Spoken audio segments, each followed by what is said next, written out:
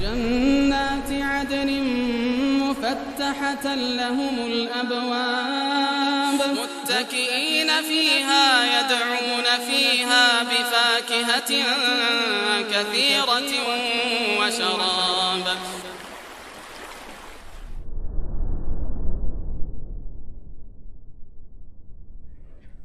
بسم الله الرحمن الرحيم.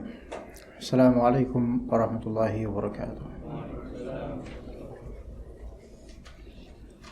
إن الحمد لله نحمده ونستعينه ونستغفره ونعوذ بالله من شرور أنفسنا وسيئات أعمالنا من يهده الله فلا مضل له ومن يضلل فلا هادي له أشهد أن لا إله إلا الله وحده لا شريك له وأشهد أن محمدا عبده ورسوله لا نبي بعده فإن أصدق الحديث كتاب الله وخير الهدي هدي محمد صلى الله عليه وسلم وشر الأمور محدثاتها وكل محدثة بدعة وكل بدعة ضلالة وكل ضلالة في النار. أما بعد.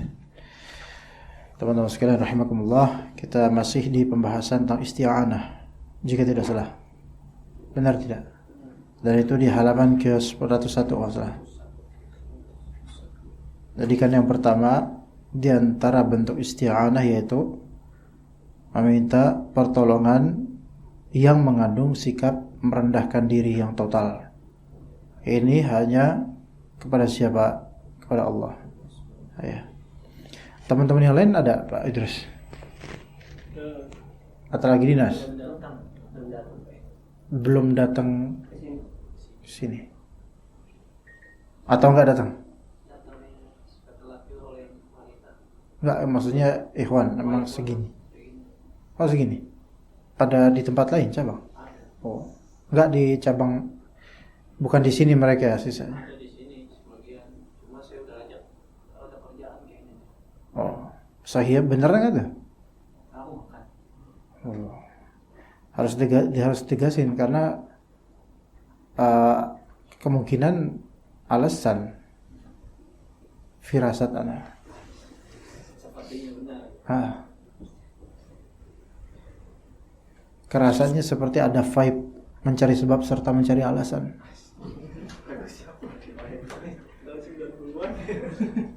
Enggak, 2023 ini sekarang. Iya, supaya tercapai hajatnya gitu. Baik, kita yang kedua di sini memohon pertolongan kepada makhluk yang mampu untuk melakukannya. Kalau ini relatif, boleh atau enggaknya relatif. Ini tergantung macam pertolongan yang dia minta. Jika dalam kebaikan, maka hal tersebut diperbolehkan bagi yang minta tolong dan dianjurkan bagi yang mau menolong. Ini kalau dalam hal kebaikan, dengan syarat makhluk tersebut mampu melakukannya. Namanya minta tolong kepada makhluk berarti kan minta tolong pada makhluk yang berakal, gitu kan. Adapun minta tolong sama makhluk yang tidak berakal, maka ini kekurangan akal juga dia, gitu. Minta tolong sama binatang, gitu. Nggak bisa. Tapi menggunakan binatang boleh, bisa. Cuma meminta tolong pada binatang ini kekurangan akal. Padahal binatang itu kelihatan. Walaupun konteksnya kebaikan, misalnya ada seekor kuda, terus kita ngomong sama kuda itu, wahai kuda, tolong antar saya nanti ke khutbah Jumat. Orang yang mendengar itu, ini yang salah kudanya atau orangnya, gitu kan. Nah, alhamdulillah mulai berdatangan. Mudah-mudahan kerjaannya udah selesai. Masih ada yang lain? Ya, masih ada. Ya, dikasih itu.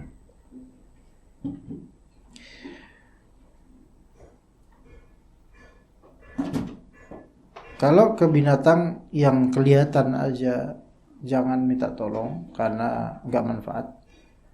Begitu pula minta tolong sama jin. Minta tolong sama makhluk halus. Jin. Apapun alasan kebaikannya.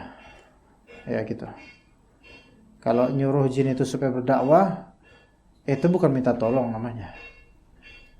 Karena setiap hamba Allah itu diperintahkan untuk mengajak kepada kebaikan. Tapi kalau minta tolong tuh kayak tolong jagain saya, tolong jagain rumah saya, tolong jagain masjid saya, tolong jadilah pagar gaib bagi saya. Nah, ini kan tolong sakiti dia, tolong pelet dia dan seterusnya. Kalau itu jelek ya. Tapi kalau tolong jaga saya, maka ini mungkin bagi dia kebaikan, tapi ini kesyirikan sebenarnya. Kayak gitu. Sekarang misalnya meminta kepada jin supaya ngambilin nasi, tolong diramesin ya nasi buat saya. Bisa nggak? Nasi rames ya. Rames kan maksudnya dicampur. Jadi kita udah ada lauk, tolong jin, tolong ramesin nasi saya sediain piring di sini. Tolong sediakan piring di sini. Bisa nggak? Pakai akal antum bisa? Nggak bisa. Belum pernah nyoba ya? Karena siapa yang kayak gitu loh. Kalau misalnya dia pakai jimat, itu kan berarti minta tolong sama jin. Walaupun anggapan dia minta tolong sama Allah melalui jimat, tapi ini sama minta tolong sama jin. Yang nolong dia bukan Allah Azza wa Jalla. Allah tidak meridhai dari jimat itu. Maka dia walaupun tadinya niatannya baik supaya saya dijaga, tapi mintanya sama yang gaib selain Allah, maka ini syirik. Bahkan dikhawatirkan bisa masuk syirik besar. Begitu.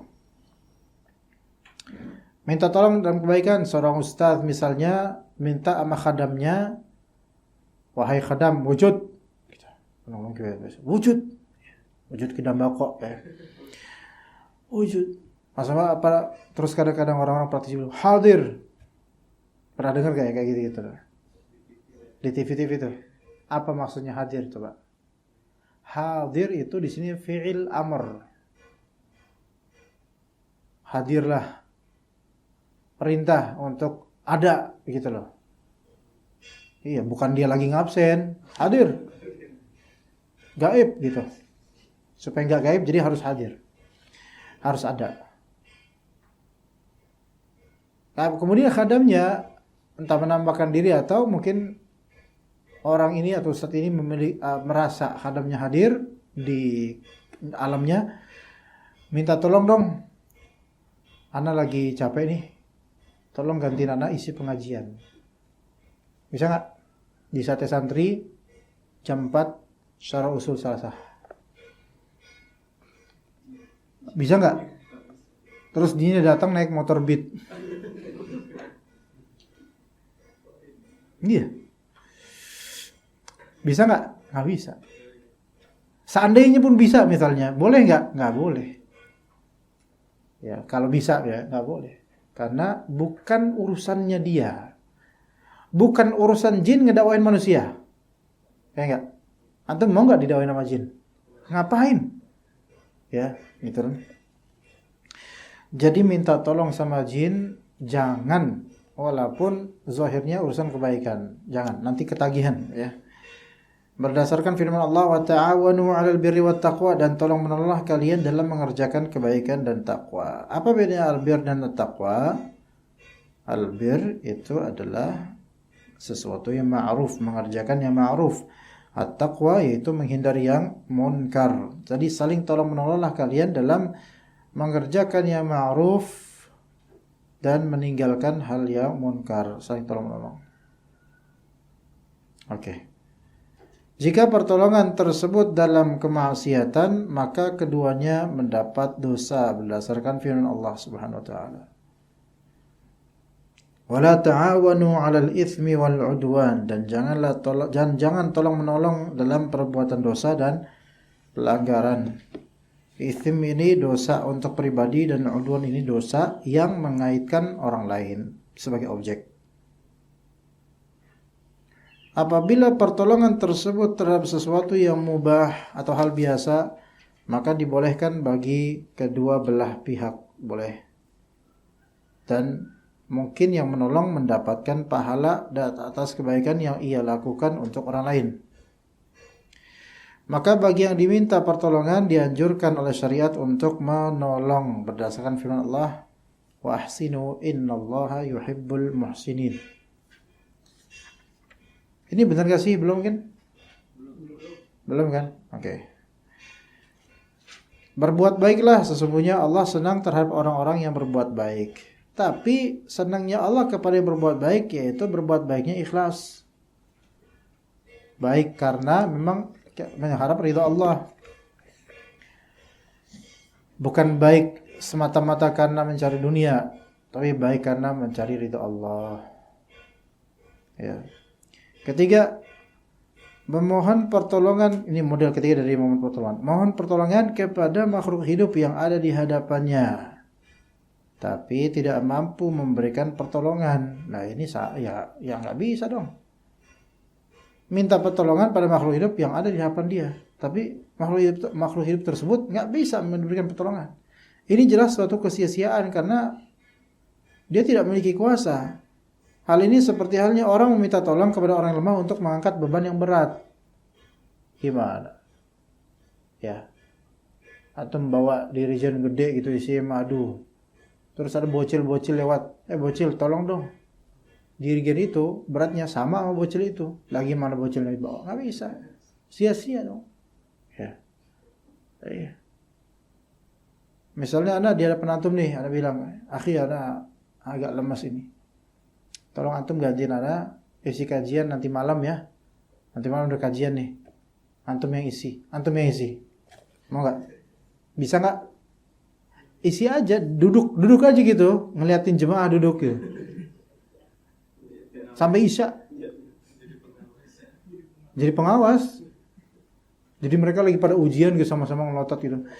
Nah, nggak bisa. Ini sia-sia. Apalagi kalau ternyata orang itu udah tahu sia-sia itu minta sama binatang.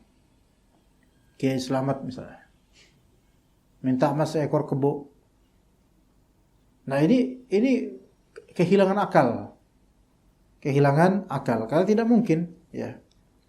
Baik, kemudian keempat, memohon pertolongan kepada orang mati secara mutlak atau kepada orang hidup dalam masalah yang gaib di mana ia tidak mampu melakukannya.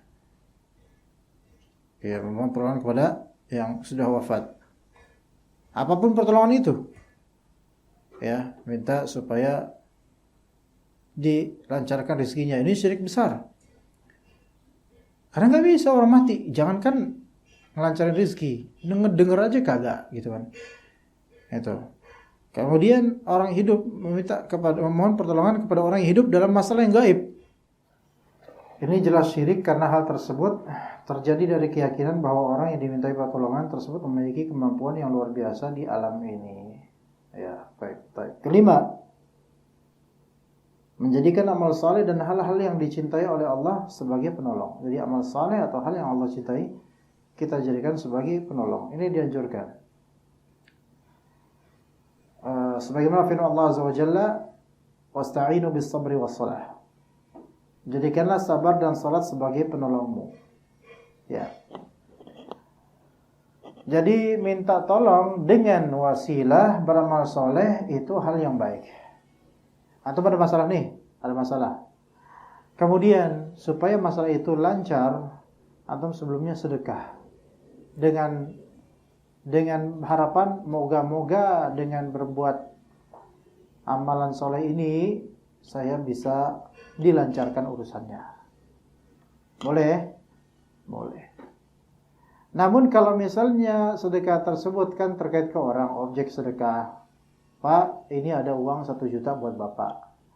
Kemudian kita minta didoakan, boleh nggak? Sebaiknya jangan. Karena itu menunjukkan kurang ikhlas. Biarin aja itu orang ngedoain. Tanpa harus kita minta. Karena kita ngasih dengan sambil minta itu kurang baik. Gitu, ya. Kurang baik. Ya. Coba misalnya, Mas, Bang, nama itu siapa Mas Bro? Alif, Ba, Ta, Sa. Mas Alif misalnya, Mas Alif tolong dong lepasin kaos kaki saya. Ya, habis itu lepasin ya. Terus habis itu tolong dong doain saya. Bagus nggak?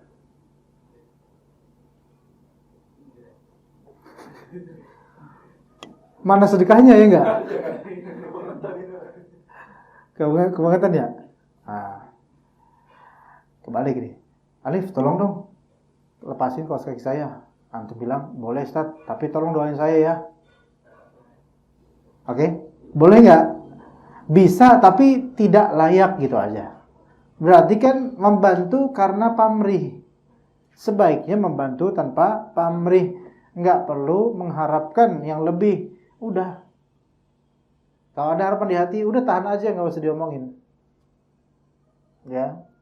Jadi nanti teman-teman, antum kalau sedekah, udah sedekah aja. Dan antum minta aja sama Allah, ya Allah jadikanlah sedekah ini sebagai penolong saya untuk besok hari. Gitu. Kita ini punya kebiasaan nyemil permintaan gitu loh ya. Kita minta gitu, minta didoain. Ya, maksudnya minta doainnya kita berbuat baik, habis itu kita minta didoain. Itu sebenarnya tidak layak dan kurang ikhlas. Masih. Ini buat antum. Doain ya, besok saya mau ujian. Ya. Nggak perlu. Ya. Biasanya orang itu kalau nggak dituntut untuk mendoakan, dia dikasih, dia akan doa sendiri. Coba antum punya nggak duit 50.000 misalnya, 50.000. Antum sholat di suatu masjid lah. Terus ada seorang pedagang tahu atau apa yang mampir ke masjid itu untuk sholat. Pas udah selesai sholat, antum deketin tuh pedagang yang mau beres-beres dagangnya, kemudian mau jalan lagi buat dagang tahu. Pak, ini Pak, rezeki dari Allah. Tadi Bapak udah sholat, rezeki dari Allah. Biasanya Pak, ya umumnya orang awam, pedagang-pedagang biasa yang alhamdulillah sholat jamaah, biasanya mereka pasti doain antum. Apalagi zaman sekarang, di saat semua orang dan rakyat jelata itu butuh tambahan penghasilan. Antum masih, Pak, ini Pak, rezeki dari Allah gitu. Oh, Masya Allah, berkah ya Pak, masih gitu. Antum didoain berkah. Berkah ya Mas ya, Masya Allah, mudah-mudahan jodohnya cepet ya Mas ya. Misalnya dapat tambahan gitu. Ya antum gak usah nambahin. Ntar Pak, saya sih mintanya supaya ini sih bisa bayar utang. Oh gitu ya, ya udah mudah-mudahan bisa bayar utang Mas ya. Kok malah ngasih saya bukan bayar hutang gitu. Gak enak kan kalau kita nge-request kayak gitu. Udah, biarin aja didoain itu. Itu yang tanpa diantum dia doain itu. Pas dia dorong gerobak, mungkin ada doa lain. Ya Allah berkatilah orang tadi, ya Allah masih muda tapi Masya Allah gitu misalnya. Terus abis itu ada tulisan nih, pasti kerja di situ mudah-mudahan kerjanya berkah. Dalam hatinya mungkin gitu. Coba aja Pak antum pakai experience kayak gitu, punya pengalaman seperti itu. 3 kali lah atau 4 kali lah. Rata-rata pasti langsung doain antum. Berkah ya Mas, berkah ya gitu. Gak ada yang diem, gak ada. Ngasih 50.000. Gak ada kayak gitu. Orang Indonesia itu rata-rata baik loh, dikasih itu seneng gitu loh. Orang yang lagi butuh. Kadang ya Allah Mas, apalagi pengemis-pengemis, ya, gitu. Mereka bakal doain. Walaupun, tapi carilah yang sholat. Carilah yang sholat, antum kasih. Itu mereka cepat doain antum. Dan antum jangan request. Atau kasih tanpa pamrih. Kalau emang mau jadikan amal soleh itu penolong dengan izin Allah, penolong untuk masalah antum, atau keinginan antum atau kesulitan antum, maka habis itu antum bisa minta sama Allah, ya Allah saya telah memberi dia kebaikan, ya Allah mudah-mudahan dengan ini engkau memberiku kebaikan besok misalnya, atau besok hari atau apa. Bisa. Dan itu ngomongnya jangan di depan orangnya. Pak, ini 50 buat rezeki dari Allah. Ya Allah saya udah ngasih dia ya Allah. Ya jangan gitu dong. Idenya kesel juga gitu kan. Bikin konten pula. Ya. Gitu. Allah musta'an, sekarang konten-konten itu luar biasa. Penulis memakai landasan untuk isti'anah jenis pertama dengan firman Allah, Iyyaka na'budu wa iyyaka nasta'in, hanya kepada Engkaulah kami menyembah dan hanya kepada Engkaulah kami meminta pertolongan. Idza sta'anta, kata Nabi SAW, idza sta'anta fasta'in billah. Jika kamu minta pertolongan maka mohonlah kepada Allah. Kenapa kok kita nggak disuruh minta tolong sama orang pada awalnya? Kenapa? Karena manusia itu seringkali mengecewakan dan juga terbatas. Manusia itu terbatas. Kalau manusia itu punya kemampuan, ia sekadar yang dia punya, dia mampu. Belum tentu dia mampu menunaikan apa yang Anda inginkan. Manusia itu begitu. Ya, kalau kita mengerti manusia sebenarnya, kita akan kesulitan mengharapkan manusia untuk menolong kita. Melainkan Allah Ta'ala lah yang bisa menggerakkan hati manusia dan memampukan manusia untuk menolong kita. Oke, kita menuju isti'adzah sekarang. Minta perlindungan. Nah, minta tolong, minta perlindungan, itu kan sesuatu yang jamak terjadi di kehidupan masyarakat dan individu. Minta perlindungan. Nih lihat dalilnya apa? Dalil isti'adzah minta perlindungan. Qul a'udzu birabbil falaq. Aku berlindung kepada Rabb yang menguasai waktu subuh. Menjelang waktu subuh itu seringkali sihir-sihir bertebaran. Di ayat lain, Qul a'udzu birabbin nas. Katakanlah aku berlindung kepada Rabb yang memelihara dan menguasai manusia. Oke, kita lihat. Isti'adzah artinya memohon perlindungan dan penjagaan dari hal yang dihindari. Perlindungan dari hal yang dihindari. Apa yang manusia hindari? Apa aja besok? Ayo, yang manusia hindari apa? Musibah, kecelakaan, kefakiran, kemiskinan, kekufuran. Apalagi ya? Kemaksiatan, jebakan syaitan, keburukan dirinya sendiri, lidah orang, lidah buaya, lidah mertua, lidah apa lagi? Lidah tetangga, lidah marbot, lidah atasan, lidah bawahan. Semua lidah. Ya. Apalagi? Banyak. Tapi minta perlindungannya sama siapa? Allah Azza wa Jalla. Antum kok berlindung pada manusia, kalau Allah bukakan itu, kena lagi. Gitu loh. Maka hati-hati kalau misalnya kita itu tawakalnya malah ke makhluk. Merasa punya backup yang banyak, atau punya uang yang banyak, bisa ngebayar orang, merasa santai, tenang, saya punya backup yang banyak. Kenalan saya polisi banyak. Padahal pas ketemu, polisi gak ada yang kenal mantu. Ya, tenang aja, rumah saya dekat Mabes. Iya, misalnya. Mabes apa? Kan Mabes nggak mesti TNI, nggak mesti Polri. Misal Mabes Baladewa kan bisa. Iya, minta tolong pada nyanyi mereka, ya kan? Mabes. Masya Allah. Takut dong. Jangan takut. Kalau misalnya kita bertemu dengan orang yang tawakalnya ke makhluk, antum tawakal ke Allah. Minta perlindungan pada Allah dari kejahatan orang-orang ini.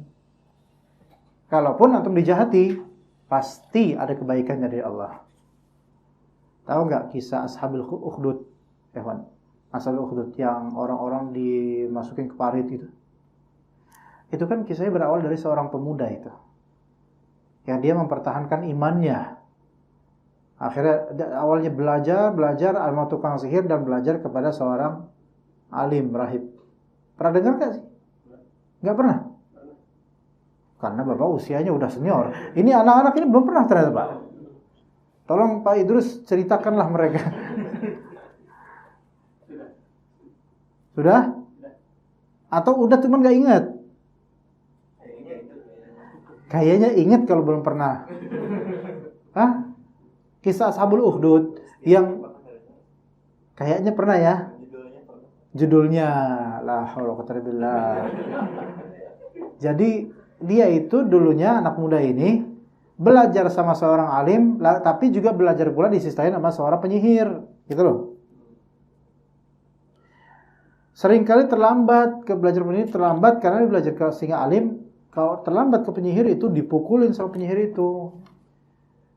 Nah, suatu ketika di suatu masa pemuda itu pas mau berjalan ke salah satu dari ini, entah ke rahib atau penyihir, melihat ada dabah yang gede, yaitu binatang besar yang menghalangi jalan orang-orang. Orang-orang pada bingung, ini ngeri banget, ini nggak ada yang berani.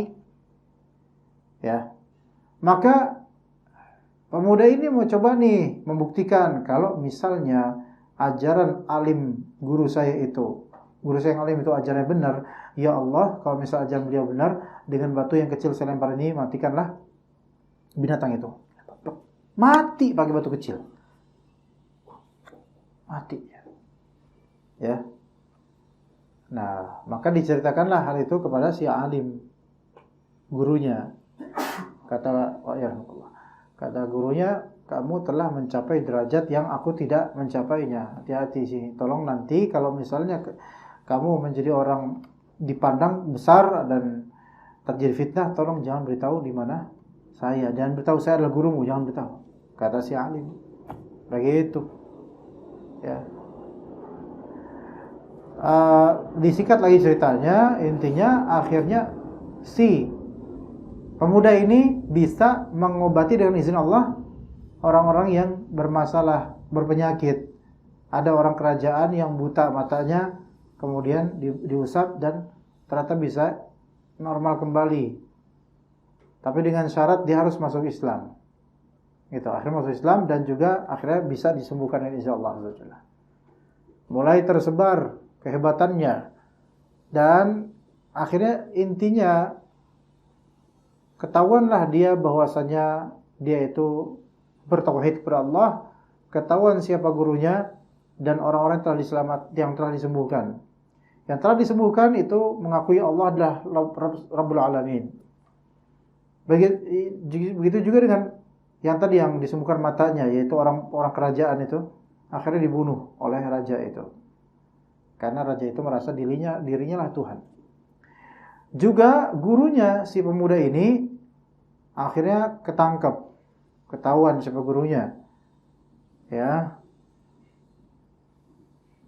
Karena gurunya tetap teguh dengan iman, akhirnya raja ini membelah tubuh guru itu dengan gergaji dari atas ke bawah, seret, mati gurunya sih. Nah, si raja ini juga ingin mencelakakan dan membunuh pemuda ini di gunung. Ternyata bala pasukannya, tentaranya lah yang justru kena batunya, dia selamat. Di laut kena batunya. Wah, nggak bisa.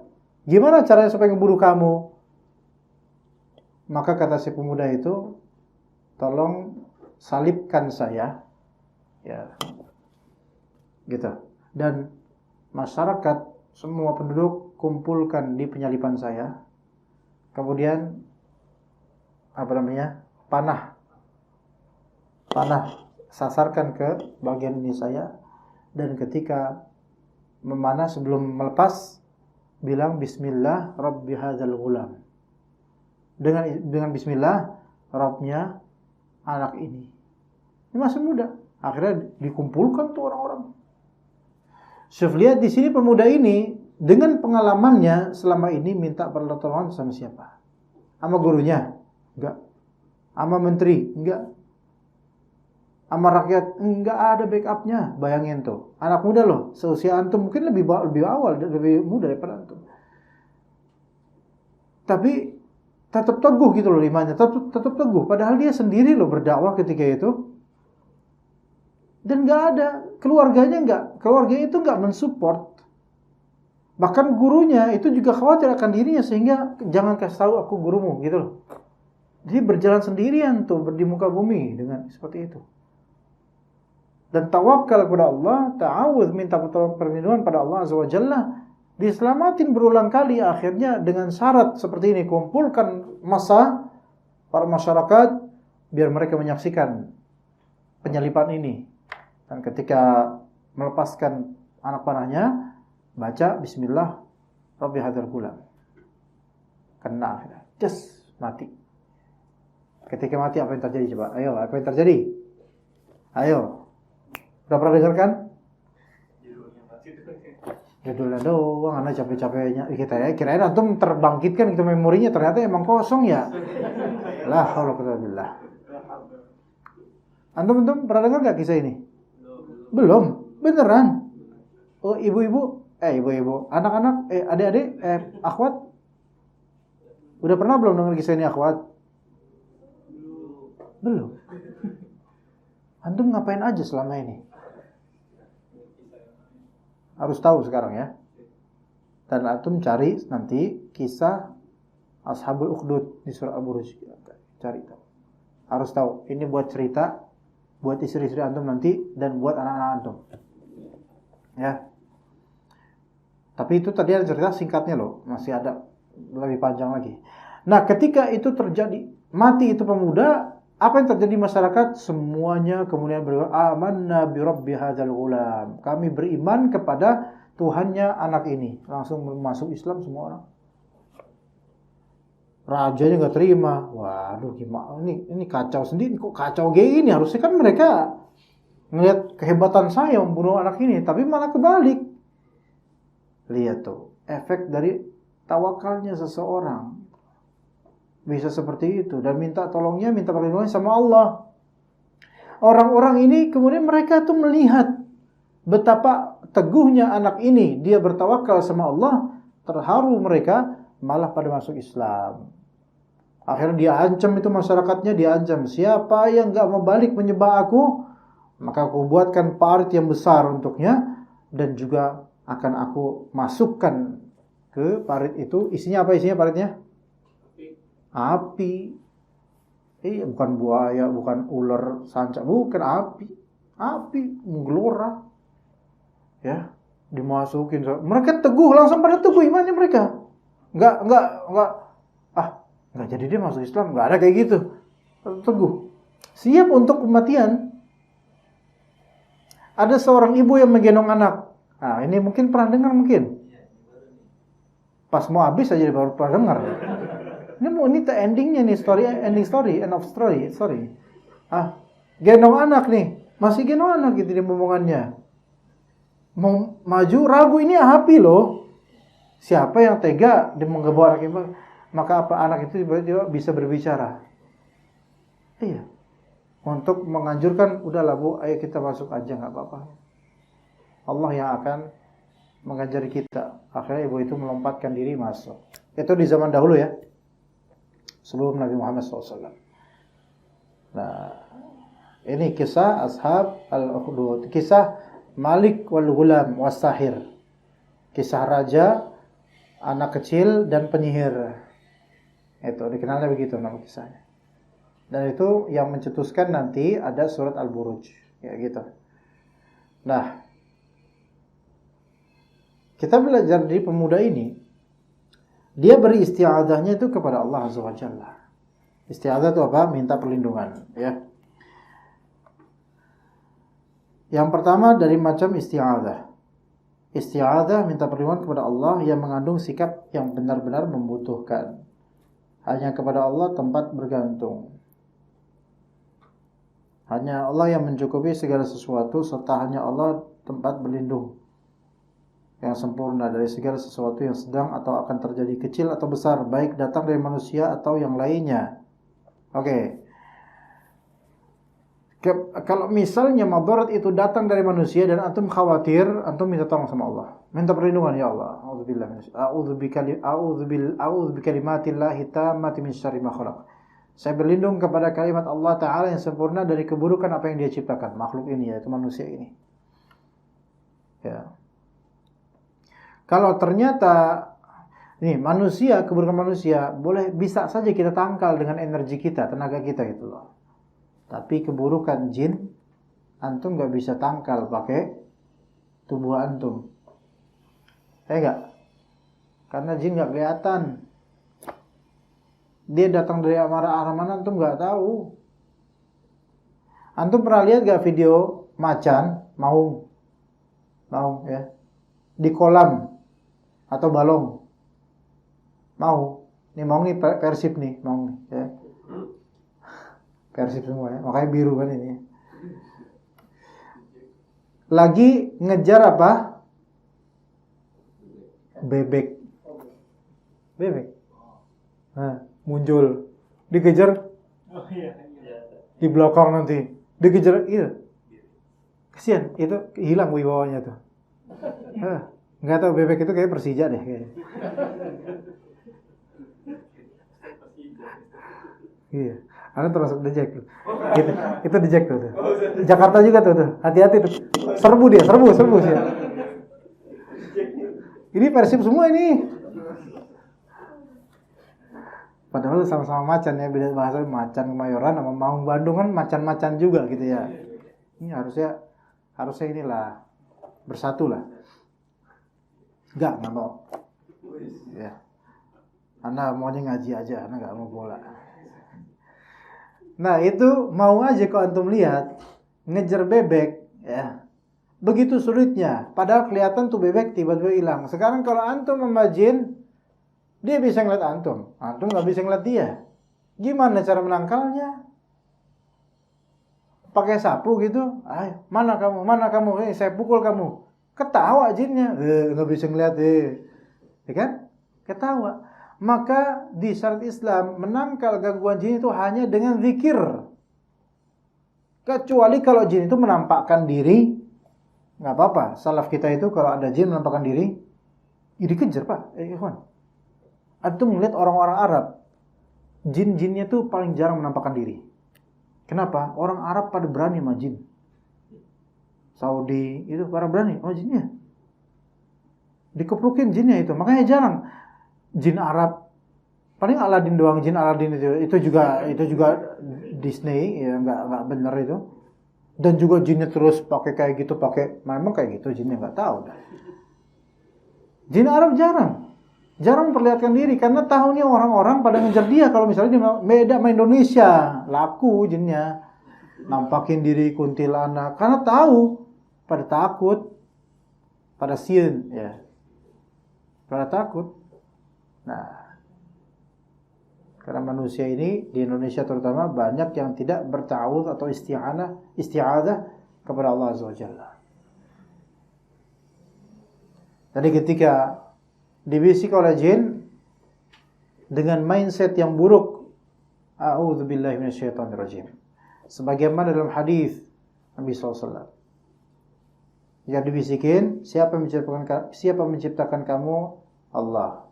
Siapa yang menciptakan langit dan bumi? Allah. Dibisikin lagi, siapa yang menciptakan Allah? Ini setan, pertanyaan setan ini. Maka bacalah a'udzubillahi minasyaitonirrajim. Jadi ketika Anda ada pikiran jahat, pikiran buruk, a'udzubillahi minasyaitonirrajim. Anda enggak bisa ada pikiran jahat, pikiran buruk pakai sapu. Kan pikiran di sini. Ya dikeplokin sendiri dong nanti. Enggak bisa. A'udzubillahi minasyaitonirrajim. Mimpi buruk dari setan. Mimpi antum digergaji, terus kepotong palanya, terus habis itu kepotong tubuh. Dari setan semua itu. Gimana caranya? Antum ambil sapu. Lagi pakai sapu. Antum keperukin. Nggak bisa. Iya.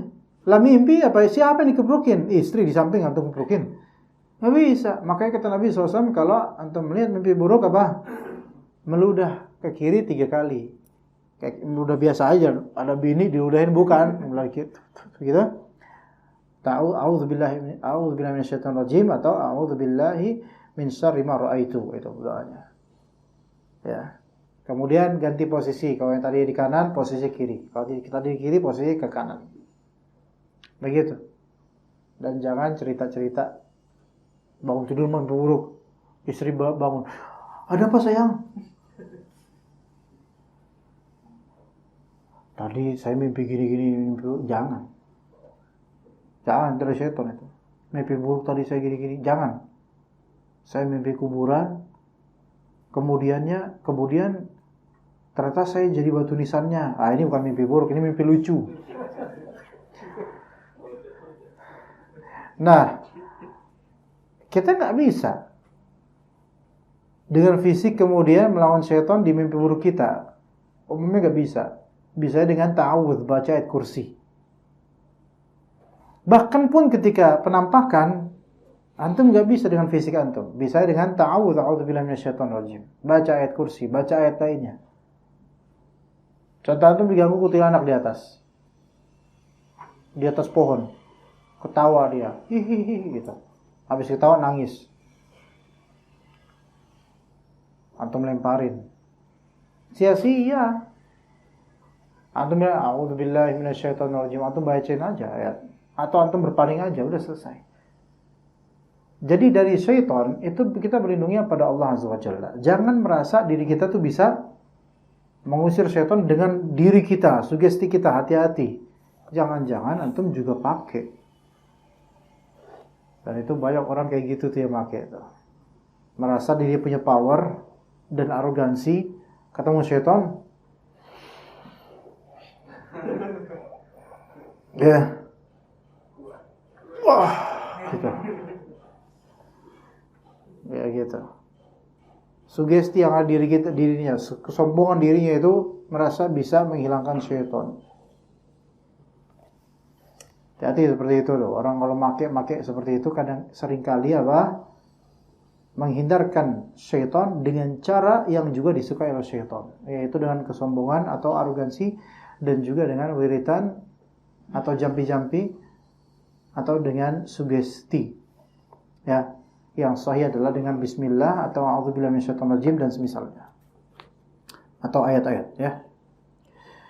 Firman Allah Ta'ala, Qul a'udzu birabbil falaq min syarri ma khalaq. Dan juga surat An-Nas, Qul a'udzu birabbin nas, malikin nas, ilahin nas, min syarril waswasil khannas, alladzi yuwaswisu fi sudurin nas min nas. Ini baca di setiap pagi dan juga petang. 3 kali Qul huwallahu ahad, 3 kali Qul a'udzu birabbil falaq, 3 kali Qul a'udzu birabbin nas, dan ayat kursi 1 kali. Dan juga baca di setiap ba'da salat fardu. Ayat kursi baca, 3 qul terakhir juga baca. Insyaallah dijamin insyaallah bebas dari gangguan syaitan insyaallah. Kalaupun terjadi mungkin antum sedang disihir dan itu ujian buat antum. Gitu.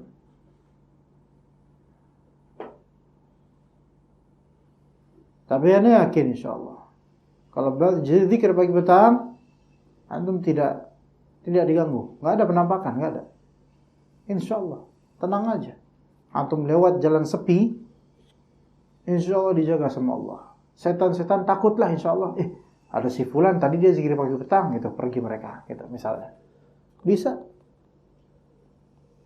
Karena Allah yang lindungi, Allah yang berikan cahaya gitu.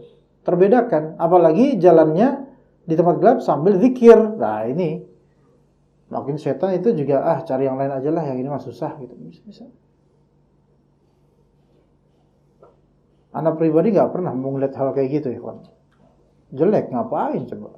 Kayak nggak ada kerjaan, kayak nggak ada pemandangan lain gitu loh ngeliat kayak gitu. Ya, walaupun firasat kadang-kadang ada, tapi nggak mau lihat. Bahkan kemarin pas kita adain daurah di ini di mana kemarin? Di Dieng. Karena ada homestay. Itu di ruang depan. Dari awal ada ke situ 2 tahun lalu, itu memang sudah kayaknya ada yang nggak enak di sini nih gitu. Ya. Teman-teman yang lain pada tidur di ruang tengah atau di kamar mereka masing-masing. Karena dari dulu tidurnya di daerah yang situ. Kalau nggak kamar sendirian atau di ruang tengah. Dan memang awal situ emang ini kok kayaknya ada yang gimana gitu, kayak ada yang ngawasin gitu loh. Kan kadang-kadang punya firasat gitu ya. Pas ngawasin apa gitu ya, ternyata CCTV. Nggak, kok itu nggak ada CCTV di situ. Ada sepertinya, tapi Anda nggak lihat. Nah, kemarin nginep seperti 2 malam atau 2 atau 3 malam lupa. 2 malaman apa ya? Nah, 2 ikhwan yang di situ di ruang tamu itu, di ruang depan itu cerita setelah pulang cerita ke Ana bahwasanya mereka itu diganggu. Ya, di 2 kali malam itu. Ya, diganggu. Apa gangguannya? Mereka ada yang tidur di bangku 1, terus mepes 2, tidur di bawah gitu. Ana 1, ini 1 lagi ikhwan lain, gitu loh. Mereka berdua ini diteror sama dosen lagi, dosen sih, diteror sama hantu. Kok dosen? Diteror sama ini si AWW ini, AWW. Ya. Nah, di kamar itu di ruang depan itu yang bolak-balik itu. Keganggu itu mereka. Ada mah ngorok ya, mungkin tidur enak kan, alhamdulillah. Katanya jam 11-an anak padahal baru tidur. Itu jam segitu. Balik sini, balik. Itu mereka ngelihat dan itu dekat sama mereka. AWW itu. AWW ya. Baju putih, rambut panjang. Sok siapa? Padahal itu ikhwan semua di situ. Gak mungkin dong ada ikhwan daster putih, rambut panjang. Iya. Pas dilihat Akhi Anwar, gak mungkin. Gak mungkin. Pak Anwar kerangan. Gak mungkin. Gak mungkin. Dan juga pintu dikunci, ditutup, siapa di sini gitu kan. Sampai salah satu dari ikhwan itu kemudian kan kesel gitu loh, kan kerasa dia lewat gini, bulat gini kan kerasa ngelihat gini, ini ngapain dia perempuan di sini? Tengah malam lagi di dalam homestay kita gitu. Dan itu anak tidur di situ persis, tapi anak nggak ngerasain apa-apa, alhamdulillah. Ya, sampai dia, jangan ganggu apa gitu, dia kesel gitu loh. Nggak mempan hal kayak gitu, maksudnya gertakan gitu tuh setan tuh nggak takut. Takutnya apa? A'udzubillahi minasyaitonirrajim. Ya, kita ingetin bahwa kemungkinan gangguan ini adalah apa? Mungkin habis sholat kita zikirnya kurang, baca ayat kursi enggak, atau zikir pagi petangnya kurang, atau enggak baca ayat kursi dan seterusnya. Kan jaminan dari Allah gitu loh. Kalau baca ini nanti dijaga sampai pagi, gitu kan ya? Itu penting teman-teman. Nah, ini beberapa teman-teman yang bujang terutama, kalau misalnya malam-malam diganggu jin dengan cara apa? Diumbar syahwatnya sehingga melakukan hal yang tidak baik sendiri di kasur misalnya. Itu syaitan. Itu syaitan. Ya, sehingga melampiaskan nafsunya di situ. Itu syaitan. Ya. Terus apalagi kalau ternyata tiap malam seperti itu. Itu sama dengan melayani keinginan syaitan. Hati-hati, yang bujang-bujang terutama, ya. Itu syaitan. Maka kita a'udzubillahi minasyaitonirrajim. Usir itu syaitan. Atau kalau merasa di bagian kasur itu gak enak, ganti kasurnya di area lain atau ubah kasurnya dan banyak zikir sebelum tidur, baca doa sebelum tidur. Karena boleh jadi syaitan tuh pengen menjadikan antum tidur dalam keadaan junub yang tidak benar. Begitu, hati-hati. Ya. Itu dari syaitan. Minta perlindungan pada Allah dari hal-hal seperti itu.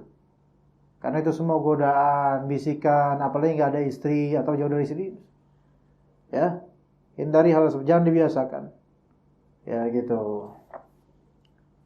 5 menit lagi, apakah ada pertanyaan teman-teman sekalian? Yuk, ya.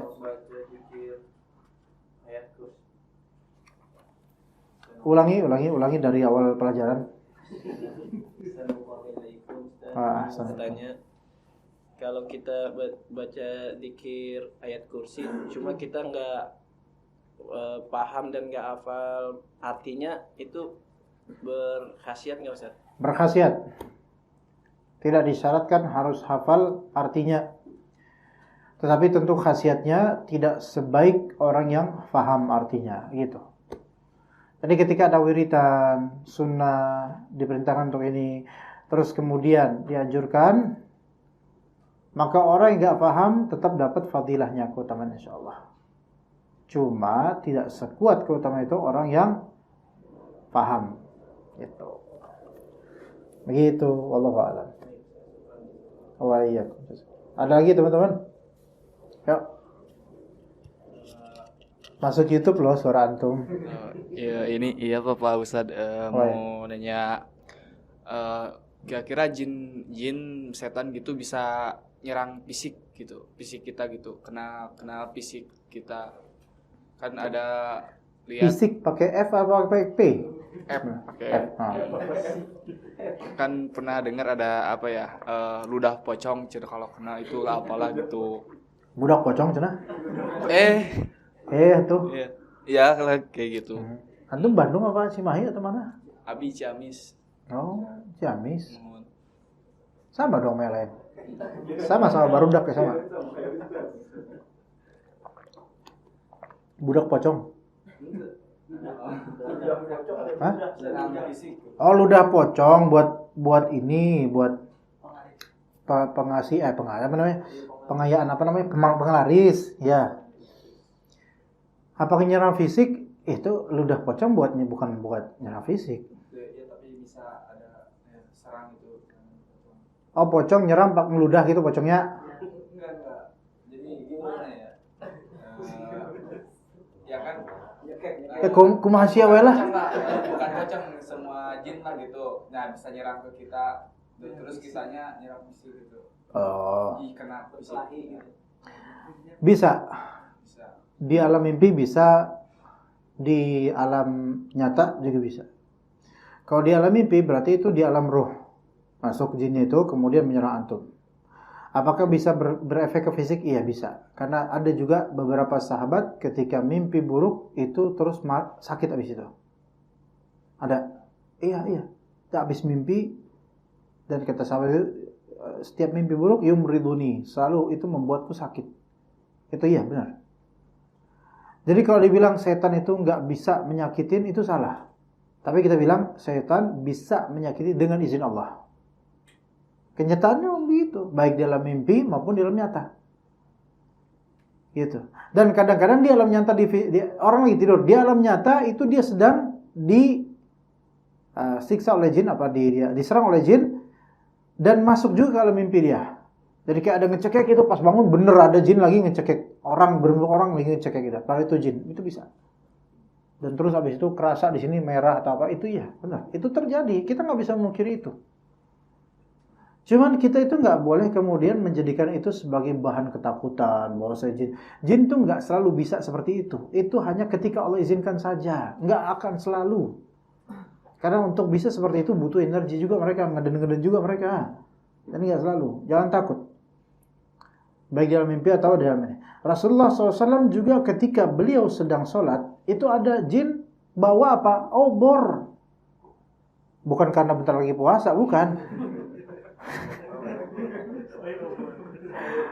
Obor buat ngapain? Buat gangguin Rasulullah SAW, buat nyakitin Rasulullah SAW. Rasulullah cekek dia. Sampai kerasa dinginnya lidah setan itu. Itu berarti jin itu apa? Bukan di alamnya, menampakkan diri karena bisa Rasulullah cekek dan kerasa. Berarti ini kan udah masuk dalam dunia manusia, alam manusia. Itu berusaha menyakiti Nabi SAW. Bisa. Hanya ketika ada cerita-cerita seperti ini dan ini terjadi, jangan dijadikan pedoman bahwasannya kebiasaan dan kemampuan yang Allah berikan ini pada mereka itu menjadi kaidah umum. Enggak semua setan bisa, enggak semua kisah setan bisa kayak gitu. Jadi tenang aja, ketika ada setan menyerang antum, ya antum baca ta'awudz, yakin Allah nggak bakal membadarkan antum, insya Allah nggak bisa antum gitu, nggak bisa, insya Allah nggak bisa.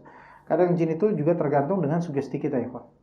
Setan, jin itu tergantung dengan sugesti kita. Kalau kita sugestinya ke Allah baik, jin itu juga, ini orang susah ini. Gitu. Tapi kalau antum ikut sugesti dengan yang diinginkan oleh setan, antum dikuasain gitu. Nah, jin juga bisa itu tadi udah di alam mimpi, di dunia nyata bisa, dan jin juga bisa memberi madarat dalam artian dengan izin Allah Azza wa Jalla menyakiti ya. Tapi pakai tubuh manusia ini yang lebih sering. Ini yang lebih sering pakai tubuh manusia lebih sering baik dengan cara setan itu membisikkan ke manusia ya, ayo dibacok aja gitu. Misalnya yang bacok manusia, yang bisikin jin gitu loh. Atau nyusup ke tubuh manusia kesurupan. Kemudian nyekek orang yang masih sana dicekek sama orang yang kesurupan, itu bisa terjadi. Begitu. Tapi sekali lagi itu bukan kaidah umum, melainkan banyak orang insyaallah bisa menahan dirinya dari bisikan-bisikan itu insyaallah. Begitu. Atau juga jin itu bisa dengan wujud binatang, bisa jadi ular. Kan ada di zaman Nabi SAW, ada seorang sahabat, dia berkelahi sama ular. Ularnya disakitin, terus ularnya ngebalas. Akhirnya dua-duanya sama-sama mati. Dan ular itu ternyata jin. Bisa berwujud ular bisa. Berwujud kalajengking bisa. Yang nggak bisa tuh berwujud SpongeBob itu nggak bisa. Ya. Patrick jalan nggak bisa. Tapi kalau berwujud kalajengking, ular, tikus, ya bisa memadaratkan dengan izin Allah Subhanahu. Tapi semua itu wa ma hum bidarrina min ahadin illa biiznillah. Tidaklah semua itu ada yang memadaratkan manusia kecuali dengan izin Allah. Jadi harus percaya sama Allah, enggak usah takut. Madaratnya paling enggak seberapa ya, kawan, enggak seberapa. Begitu, ya. Bagus pertanyaan antum layak pulang nanti jam 5. Kau udah lewat bahkan. Ya. Tapi kita cukup sampai sini insyaallah. Jazakumullahu khairal jazaa. Wa sallallahu ala nabiyyina Muhammadin wa ala alihi wa sahbihi ajma'in. Subhanakallahumma bihamdika asyhadu an la ilaha illa anta astaghfiruka wa atubu ilaik. Assalamualaikum warahmatullahi wabarakatuh.